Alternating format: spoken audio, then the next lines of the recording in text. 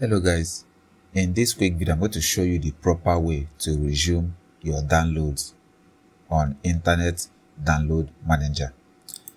So any reasons, maybe you want to resume your download or you just paused it or your download stopped working and you want to resume it. Don't just resume your download like this. This might break the files.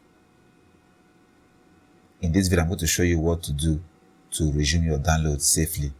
So now what you have to do is to right click on the download and click on refresh download address. Click on OK.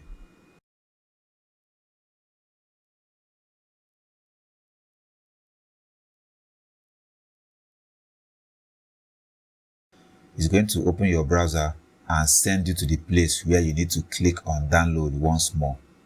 This way it's going to refresh the download address and bring in new feeds from that link. So when you click on download, I'm going to try to make it to download right here. Okay. Now you're going to see a pop-up that says new link address for this file was received successfully. Click on OK.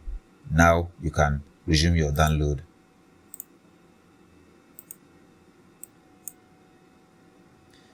This is very important to do if you have paused your download for a long time. This will help refresh the download address to make the files download smoothly. Anyway, I hope this video helps you. That's all for this video. See you guys in the next one.